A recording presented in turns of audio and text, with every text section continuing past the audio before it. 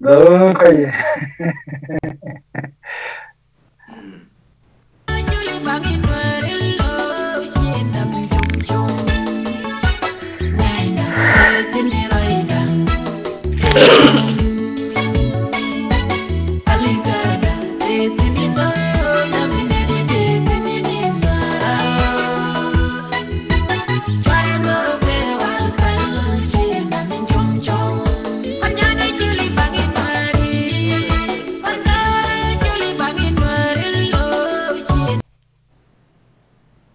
Guardong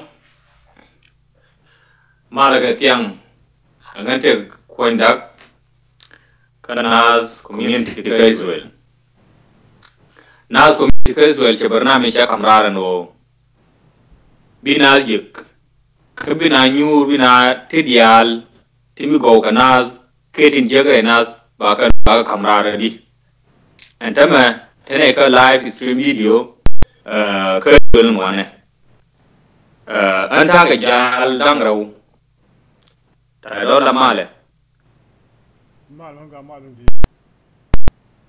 gati male Alunga. lare ta do ko ci al kun dial fal ko ban ban je ka nyen ukireme Naath community ka Israel ci lare no barnami bi te Naath bi chenga Naath kel kabina adien mat ke je gore je eno do mo bina adien mat ke je be alaka Naath community ka Israel te shara long ko ne min da kan wori fin angu ka mu de nori dial mat rai me we kan e dial inte shan nori wimuɔn kɛliw ayye we mutin nori tin te kan wori community Naath community ka Israel shara long no ne moda nori fin je angu ka mu bi nori dial mat kon Naath community ka Israel ne long ka kwi kana mo rumong ga chandar shar nei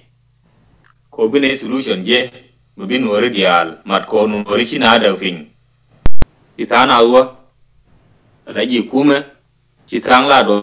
laji marada ka tana se toy bangan wano tim lat kana shi waka kume ba ka shi waka marada ba ka shika activities tilat ka Nueri community na shi da fin ka diok Naath community ka Israel ci agora no ba do ma bine dial bi nori wimuɔn mat gore je be solution mo were je ngani la arta lo ko ci anga join ka la mo ne amu bi yene pressure kon ya ko la ne ka rumong ke sandar ke tiang ko ni kon ya na tin amu bi yene ka Nueri ka community ka Israel mwane min siagu jode ne dial mat de Nueri kon dial hi de pin de kon mat angu o video ni am chana right no me de Nueri mat o ne de kuin kor kel ka chana right ba no an kor kel mi cha kwan agende Nueri community wimuɔn kɛliw de rekaf whether kwa ka US kwanye ka Australia kwanye ka Israel mwane ke kwanye ja ka Canada ke ka Europe shari alaka no me shari alaka ba kor kel ba kwany shane je ba da te ke ta bombom te sharo de long ke alaka shane kule shara no ne ko tanare rika de kor kel me de kwany la kor yoni me de ri diatin tito ka Nueri community da ka alaka ko tanare kori me shana mo agu ke shana mo board bine dial ba yo ken ba yo marfin wini tintana tin kon dial ba ga ja ka du fe gol shana kulu me dana no me sha ram ken me sha kwan me de yo Nueri community kɛliw da ka wimuɔn kɛliw me sha je ramo ke chine dial hi martin da gwalong de Nueri de martin kon sharan ni chiang kon nuer community ke wel sharan ni chiang wona ne mu de nuer de nuer ma sie yen tame ano min chia wich de nuer ma mu ando to ke ji ta do to ke ji mu yi wich re cheriku ko worgen sender mu de nuer dial mar wimuɔn. Okay. Ma arranj mo gato panya chimi la demo la emigo no ta mada dan gweje la kel midi long mi dong da kon gorni go kon ne tiante ne chirame kwirun ke no ko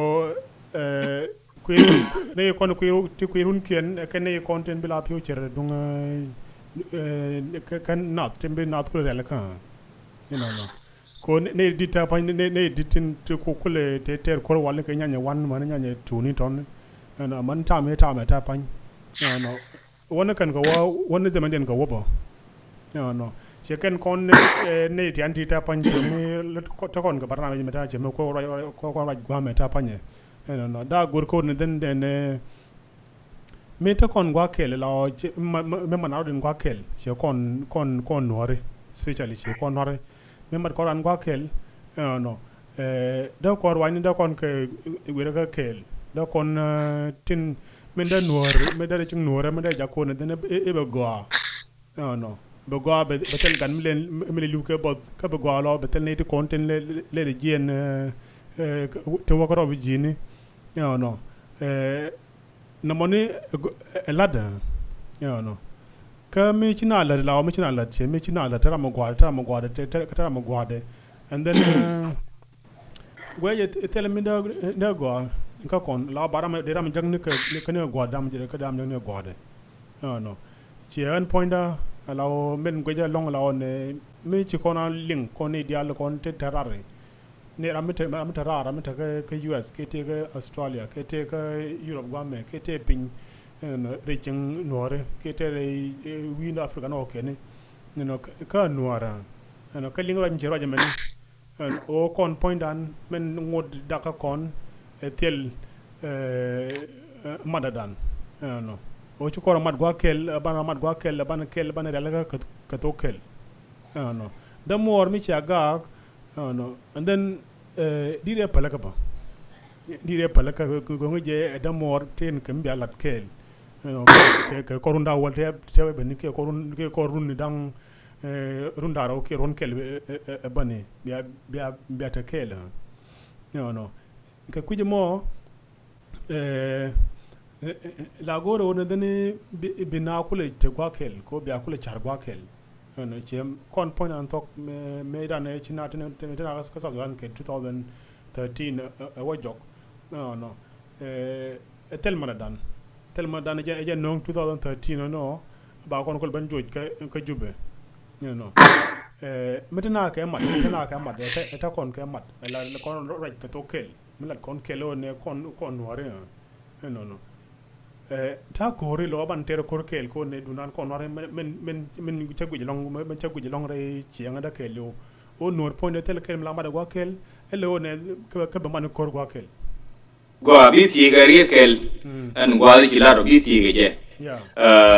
nuori mi chi we mat ke la wa mat gwa mi chi o to ko wi hu mat gwa kel la kere chianga din chi ga mat type an tama tana re ko tana ga nuori te kel ke kuma ka tana nuori te pin banga no ka tana nuori te kel ke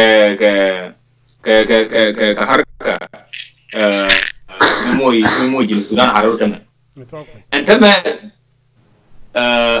kon ngu den longa lani maden 18 te kel ke ji kuma tin kude nyi ka kon gan mani ken ngu den longa lani maden ka moy kon vin ka chan de rai dan nga ka kan ka de lunjo ka de ta te ka de palakan de bo goro do kel chan de na mat kon ya kel al ngu maden longa lani ngu maden longa lani made ka de ka lojo ka kon man titin na Thok pan palaka kenyam kama palade naka no palaka le nyiti diala no ta mi chia ga chia ga ko ta pan ma ta na vai kon ka jang ta pan wo ne de ne chan lo ma chan lo ma la no vai na jang chan lo ma la ka jang point den no chi ke mi di long la on mi len ne ideal te yin ke nor chi kan la da no ko ne ideal te yin ke nor la almost da kon tong ne ka Britania ne no da kon tong ne ka ne British man jalam ne man ne open no ne to content tin chi ngal le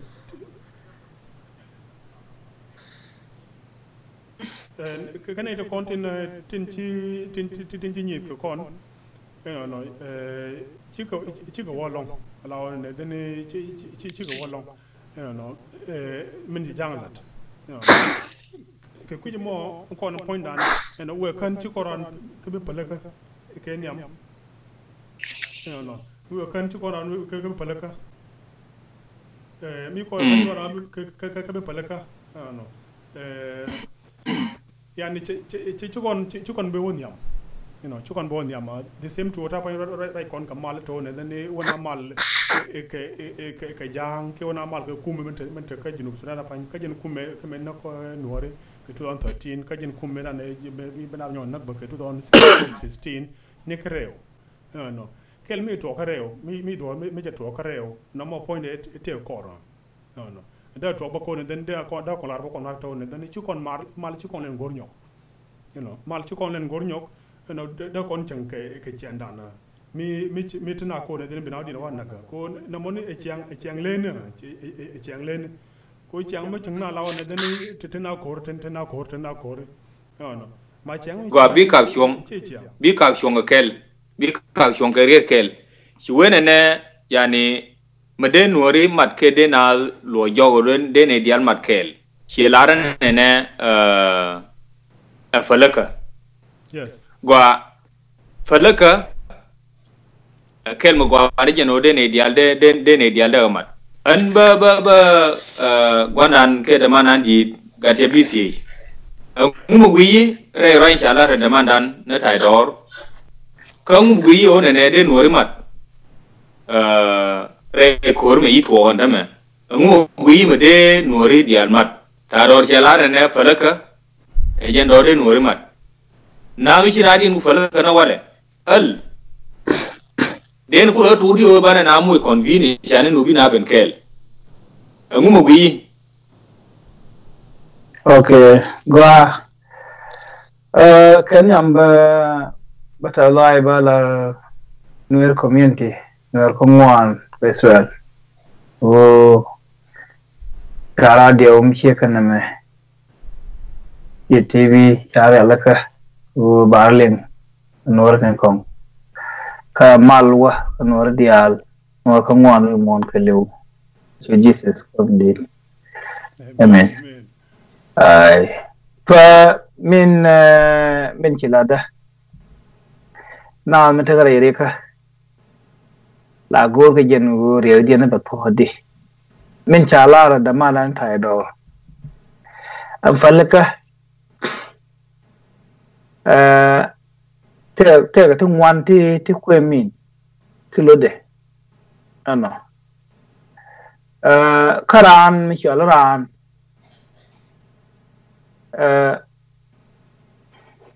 te ga medi no ga do falaka de ram kwingwa na kanu kudu moy ke pel na yin wan ko al wisdom kawani me to mi sheke na mo na moy na ka da mi she par ke palika ka do tele mi je mi loy ke mi je mi che nen ka shabe chef che mi lo chem palika dan mi chino mo che lo be una ka shabe ko Kermi bum ligen ka kermi chabe chep gwa ketir ana en do nyalan ne ew pale chep men Nueri jakabi baramat Nueri men nyam chana ka bubu ila tok duel ano rewde nuori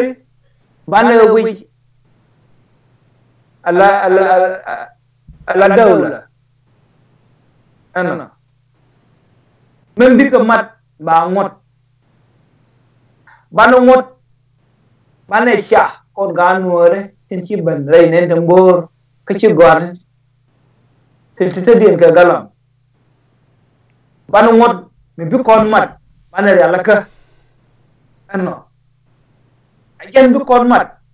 bana ci le jo ngod mi cana mat pe ko madan ajen bi junub jaka ite mal me kan kon mat kon nuore te lo mat golong ejine ne nuori shaka de gwi la tugduel nuori ba gwi la dawla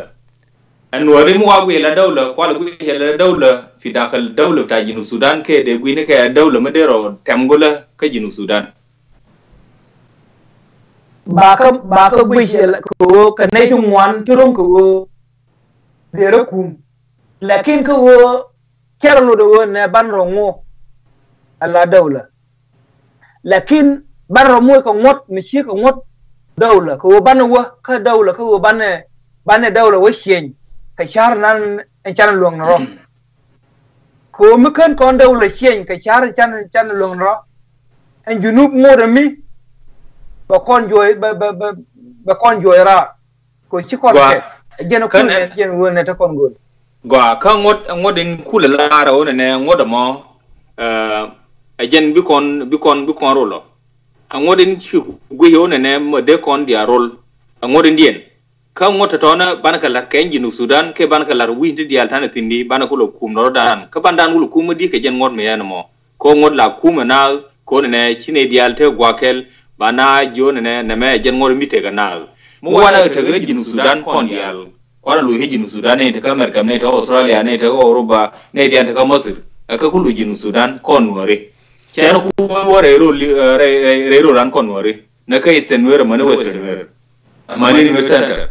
yani mishana ku chu rero lan angotin den ku je kon karodan la kon wore al angotin tona al yani bila ngota birung ka motin ka mot ku ma ka jinu Sudan ko mo na ngot kono kamar kon wore ko mo da gwe no dano ne akon ji jinu Sudan ci akon dawlo mi chorar ano ngot kon bi ko do ngadi bi ko do ni yamadi ko ngot kon ba batul ci ngot kuma al bane ngotin ke da gwe de ne la de no mat okay ngotin de no mat Nuer community ko Nuer community ba mo ko ngot bi kwara kel wimuɔn kɛliw ngote kon te ka gondo na kon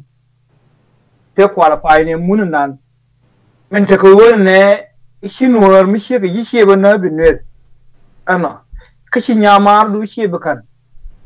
ana ka ngote lot ke ne kon onwore manne ko mo taworu ala Nuer community la organization mulon bela ana mu ba mo kwar kel Chanto kon ke 5 million. Ano. Nu kwan la waka dawla. Appointment dawla bana wata ka pinya umbrella ka ngodni bita dawla lakin ta kon ka ngot kon tu lot ko na kon. Fishe ka culture. Lakin bi ka ngot bana los. Bana gwar kon ngai. Bana future nan bana bi gwar ka gat kon bana lel la ngot. Bana kuen ka ngot. Bana ba kon chol ko ngot wiran wonna chen kon dial mu wi chegoda bi da ko ngot ano lakin madan ke kume an man ni ganun idari kume min gore ka kon ano lakin ngode man bar mo diru kon wori ano ba Nuer community ngu ko raket go along kon tana ngot na won ngot kon tetin na won ngotin che ngote fa la do ne mishiraran de kumadi kamishiran mazen mishiran kwen gor bi chek de beda ngot to ne ke tin ya re la ka nori kon ngot kon lakin angod den right tin da panya angod me de kon mar kon nuori tin du wimuɔn kɛliw yani ne te de chong pe kɛliw ta da panya jang chung ka kɛl mashak klikin te ka ba apalakan mete ka mushkila ka ngar ka gabil madong bi chong kɛl ala jang e shanka mashak klikin gola kon nuori mi shan te ka matara ka mashakil ka naz matara mashakil ka gabil madong wana da fin shani shungwa kel abana gwi na mushkila kel ano ne bi shungwa kel do hele mati tin da fanyi jeni lat kuwe ejokula we kel ka we nuori for example shu Liberia akula we kel for example shu Naria akula we kel for example yen wartona tin ka ilat ala we dun mishi ala ta mashakil ka ji Liberia okay yani bijine te ka nare sharo bi martin ba obe he o ne ana mo biya ala ka yen koro ano biya tu koro dun ba lakin meta ngon me yen kondial wede ti ka ilad wede ti ka Liberia wede ti ka nare meta mi je mi to kam ni kon koro dan ke te mi to ke do lo mo aywa Ajan malut yang wobu kuaran bakel, komu kuaran bakel, kan kuaran nuer community ka dual tu wimuɔn kɛliw, eno bika changla mesi chari, eno ay kuaran nuer community, eno karunu wang, eno be laptop do be lep, kie be mo gare be lep ka telefon, eno be tegrir enan hitwo ka akhbar ka ras nuer community, wal cha kuara kwantin, eno be mal nuori te kon wana be to bantong mu yu te kare ano mu do no ne nuori community kay le kullu be ngay won ne jinti kare ano kamen bi rambi odor kwany to kwiku wo ba no ba yalla ka di ma ba jen barasa nuori community la kwar be kullu yor pi la odor amu na fazu musichara ke dial jen ko won ne bala ko be konte korke golong tador roi mebe keji kwandan ke damana ni di joret lar jene ne mede nuori mat de na te korkel chuo tang do to ken de galam stishari korkel ya kwanyin nuori wimuɔn kɛliw angu wi raimo ya karaja mo changdan chu kon nyot changdan but men tin long law den on kon pon an ken yam chu ko dan ling la nur pon e jo ling gen ko ita pon da on den teneti gwamen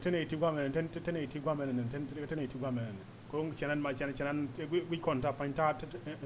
woje no mi jini jogu ne de kon tin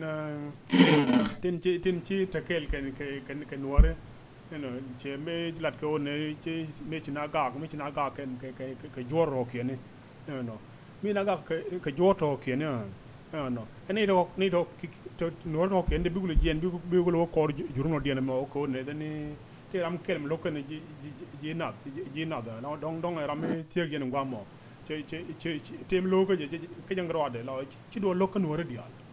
no lo do ram kel bi ko wo dong di ko jor to ke ne let's say wa me te jabanu tin ka jang tin ka ne de bor tin no mi na ga ka ne de bor runa ka che no ro ke ne chi nyo jen chi wo ko ka ne de bor no na moni eteliang dan agenda kon pen ko ne de chi ko ran da men ta ke no community kel mi no community golong ejika bi chongmat yen hor dial de wimuɔn kɛliw an nuer community kaiswel tiye en one ne umode nuer dial mar wimuɔn kɛliw lar me we ken dial yene biya wi ka Canada biya wi ka United States biya wi ka Europa ke biya wi ka Africa ke biya wi hijinu Sudan Naath community kaiswel tiye ka tiye mo umode nuer dial mar wimuɔn läri ko wargak babal waji nyusul ko sharu min ci shara no ne mi den wor mat läri ko ka man rodu ka la video kai Skype ye goran Naath Nueri kai Skype den rodu mat ka group e chan chang ne den ka online ka la video bi du e barat la jin ka ba jor baling ka ma che jana no gore community ci shar widu den wor mat Nuer community ka Israel siye no Nuer dia wimuɔn kɛliw siye no ne ngumba bana relaka bi kon dia mat ando luin ka gatep ka kuy ka tidial ti lanati kon Nueri kon ka mota bomom ka mota tisinanwen teke mi ci kondal mat che kondal entama ta tan gwa tan tindame gorne je kuji no ne bana dan mat la ngano na mi ci chongwa kel mi ci muskele kel to bi Nueri mi je Nuer me je to ka me din kan jor bi tan Nueri dia bi je shungu kel ke jor mo bi tan Nueri ya ni Nueri nda dar teka mi shalla adala lakin adala ku ken lo de ba ku ken lade ku ken nong de ba ko ku ken mo kon mo tana ka Israel tamet amu bana long ka yalaka ka kon koro dan ko andol mo wana dan mat an wana kon koro be mana bana ne to ken bana kamat al kon tana ka Israel wana madana mu ta te kon ka Israel da pan al tana kamat kamadan ke tana gede okay me balar gan won te Israel te balat te bakam ye ana kai loai na palaka ana biala dat le shere ko ko medan te ga tichen ka WhatsApp ka moga dan fai Nueri ka mo masalo la loin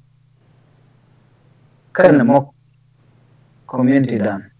loro Nuer na gargwan ta rahma ki ka ado ana karun bigo ta kel kan Nuer murga kana khara ana mulu mi zo mo jal Quran kon tame ki kona Christian ne te mi Bible ko ki Jesus laro ti di al ko war ka da jin chote ki kan ka wani laro important ge da ti ge lakin pankin kan Nueri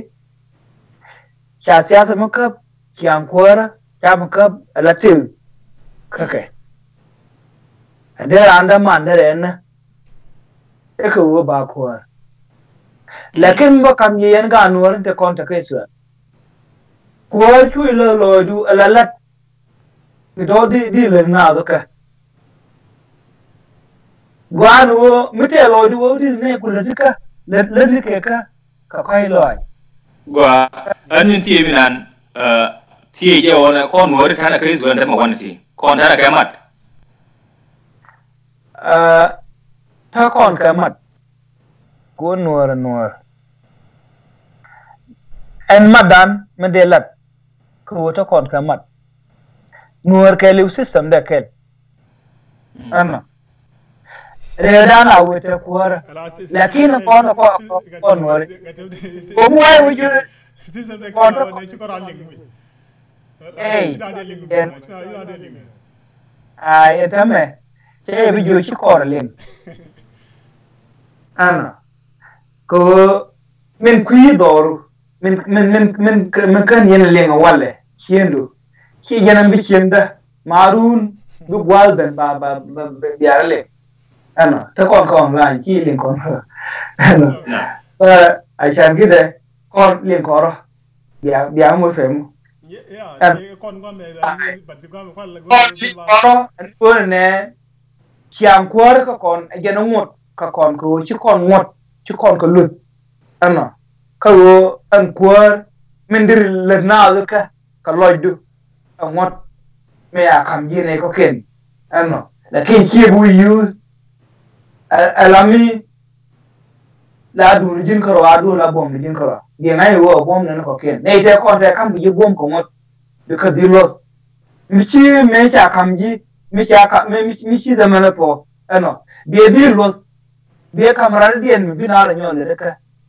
chi wo ne mi chi bentin ka par titin ikere mi chi la ki ku ma le ka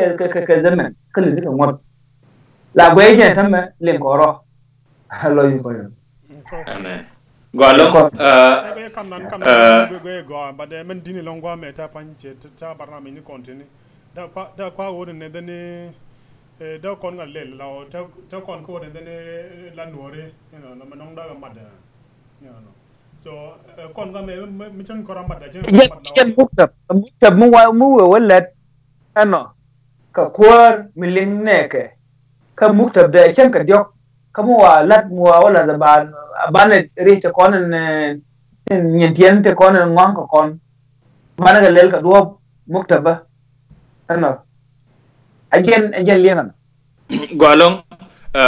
kon raine ka one bin nuori wimuɔn kɛliw bi amat ko ne na raine ko ne bin nuori wimuɔn bi amat ka kon etin ka kai zulan wana rai ko ne bin nuori bi kamat enjen quality ne je one ne kon tin kon en kwale to gono ne bi nuori te kamat wimuɔn ti kwale charo bi nuori te kamat wimuɔn al kon ka rodan ta kamat che jo ku yo ne kon ta kamat changte ke differences te kon lakin dino ne na kon ta kamat lin kon rodan ano gwa nɛmɛ lɛr mbugo ka wimuɔn kɛliw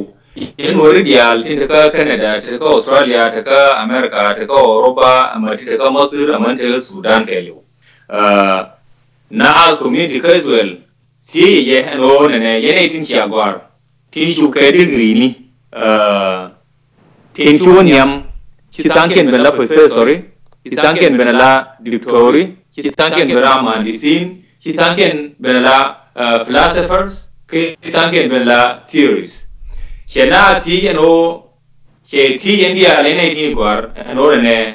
char was kun mu bi no ma ke jam ko der je ye chutin der jama magwa madena lon ka mo isher go te de na ma ko tane ke confusion mo ke kon rodano kana lo de je no ne mu kon confuse kam ni kon ro mu nyun kon mu chin mu jan ling rodano mu da down rodano ke jam mi yo de ko mo lo nuori e chang na kana ga bi le kel bi nuor ba di da ling bi mo ne te kel ke ga du kel ano chin nuori ke chungwa kel yani no mo kana lo de je nuor ko min di kaisul ko ne ko e dial ti ne ti jagwar no ngumba biya char ko ku dan kon nuori chan chan bi tu kam ni to ko til ko mar ka wimuɔn tam re kori kon na kana kon kanyo kon wimuɔn kɛliw ngu ma bana lon ka yala ka wi da no chan bi ne ti evil bi gele kan ke bi ga tin bi niam bi gele ben kan la ne ta ko to bi le te future mo kwa mi mo le future ta jana bitin ke jana bitin ke jana ga kon jana ga dafin nuer community casual nas community casual ti yan ne tin ci gwar tin ci won niam no ngu ma biya char ka kuidan kon nuer te wana gwa mu rai me je ku je ka social media whether ka Facebook ka YouTube ka jin war mi ci ka degree lare ko opinion du gor je ko ba ne wimuɔn kɛliw kam ko min char bana tar ka min bur kone bana jew bina dial mat tama bo ka kitamat zaman to me shine nan lare jal ka lare ta loy ko cheben che zaman dun chian nan ko ban ba nyur ka mo bin wor mat lare ta loy che le kun dial fal do de ran kun ka bo ka do de ran nyin ka tinda la daga lar lakin ke shonora che to ni ja fal ko bana ben rum ke ban mat ka live video an shabam lare ta roi long baran mo ke riet min wi ci ban bi ni re ban minan ci mo ke de giten to that bi roi bi conclude batu ke ji gatep go up con kare con Nueri ka chabo to bi chan kel ana Cek wara. Amma tek. Afwan tana ke connection tana poor connection gatep shawarar bi mo ga fursa bira yit ma lu jaw bara le betim lu jaw ngumu wi ma de ñola Nueri ke ci ban ni re way min ci lat nan ke charmi ci le pal mi pay jek gwatan right ne ngumu be lat Mangara ma la ta mi de temet ne entin ngwa me che kon ngwa ma ni ta tune picture ngwa che ngwa de kono kel ya de kon ko kel te mi ko pix ne la min kamil rode gwa me ka kon mare no emijiek point chene kon de mila ane char ke ta dora ka gwe ba tere lo ni kon dialo ne dene eni ra eno je lo ke ta dan ta kon la ta kon dang la ni telecon do mi chung mi chung chene yo ke ni che jur do ke ni eno telecon do mi chung no jen guje ta pa la ne dene aspeli ayo la chere aspeli in and out in and out. Exactly. Instead of opposition, now why opposition? They check to and then it says in and out. Kind of more point there. You know, con especially. But Kenya, I'm going to appreciate the code. Then start out and code, and then they ban it. Me, you are going to care. Again, the reason that I'm going to go and then it on the banana ke Jordi al-Kel. But could you all can advantage,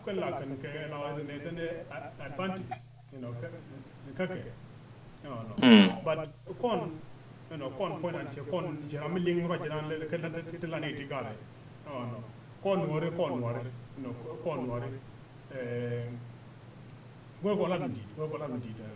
tell mother Kadan, Lao, tell mother, Capon Lao, and tell over Wakel, Banata, Milakan Wakel, Banana, Kajitona, you know, Chikat, Kablan, the Bayin of Large Kajitona, Yin Michiladano, Eka. Kabakan Chigaka around the Gainity, or the Michelada, which are Chagua. The money I can deal content to Conway, the Jacon, and then the Conway, the Gomu, Nobody Chong, Banakel, Bananaja, Chukon Chukon Mateo Core. Planando and Telecon Terror, or Telecon Ajano, Telecon Middle technology code, and then the technology with that one, and then they Kamaiba.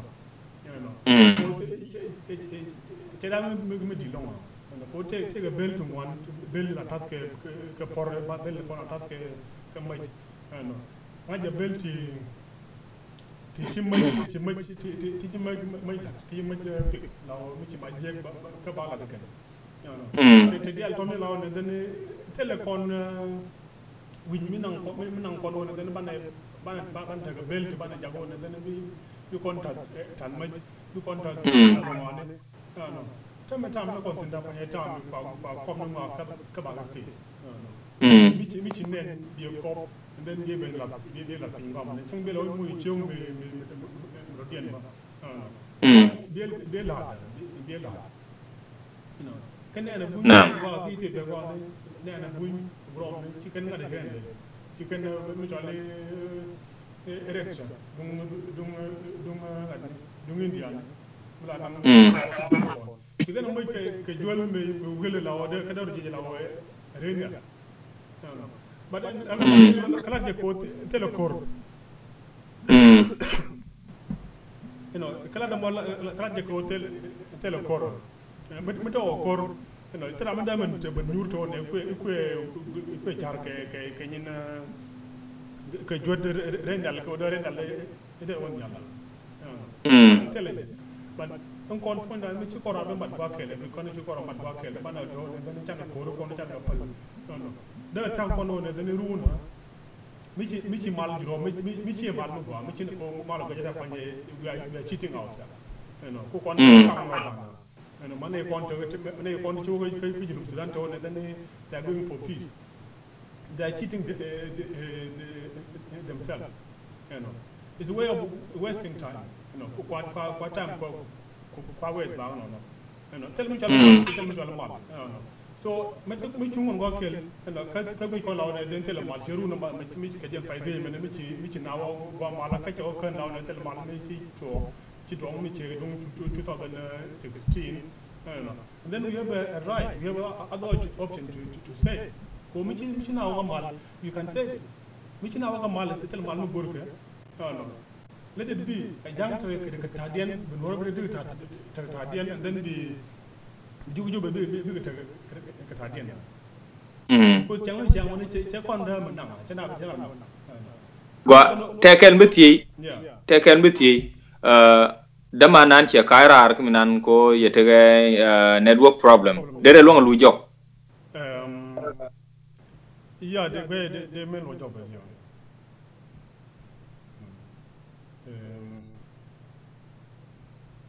Hold on a second.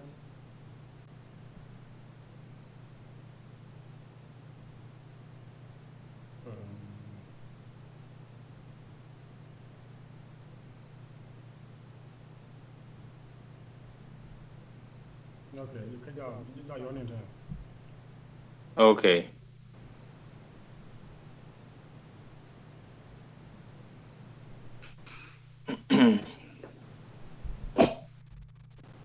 Here. All right. Welcome back. Okay. Welcome back. Go along.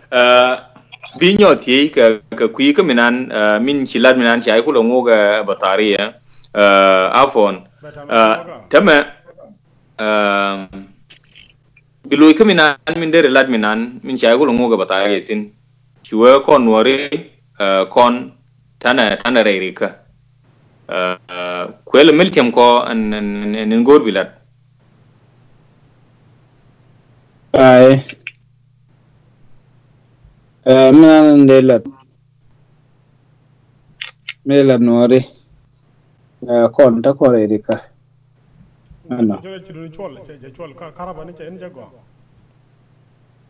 mai che abanang rara okay ban dua shona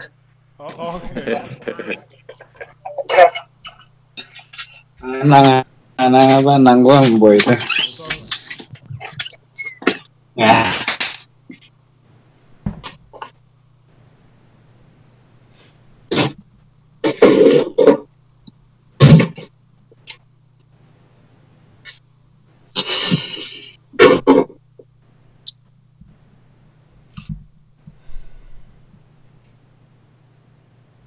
Go même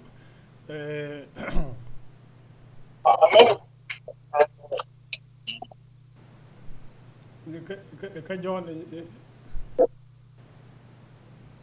man ci John ben muy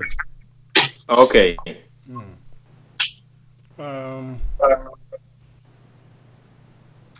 weje kon gor kon tako ne den bana ngak bana ngaj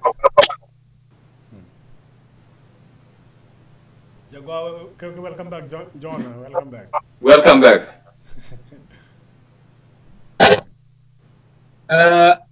en men ladda ka qui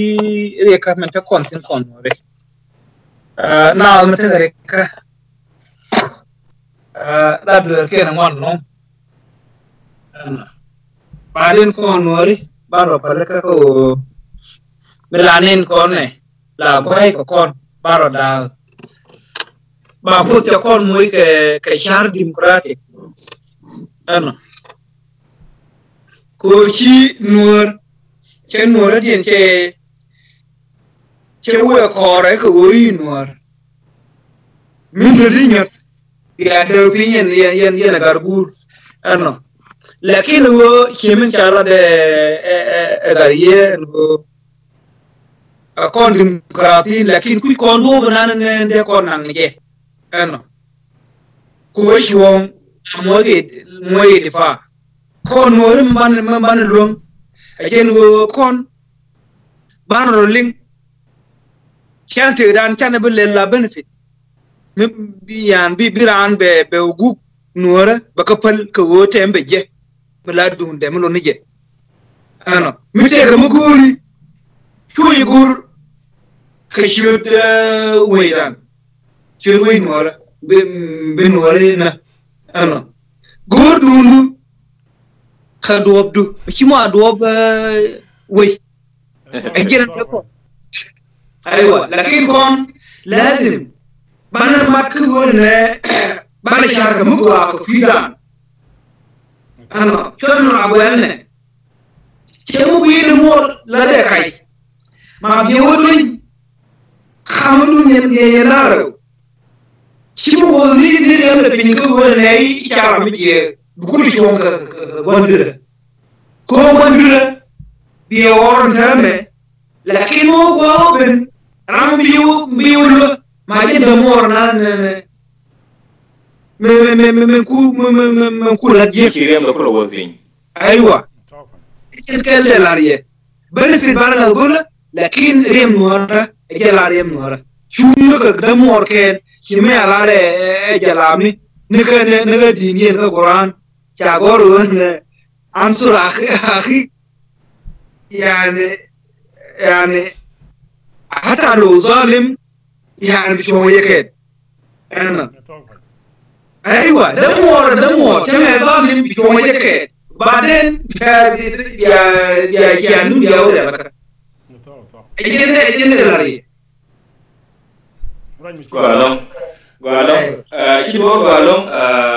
ngwani lare ta la ko ya ukidun ko ya ben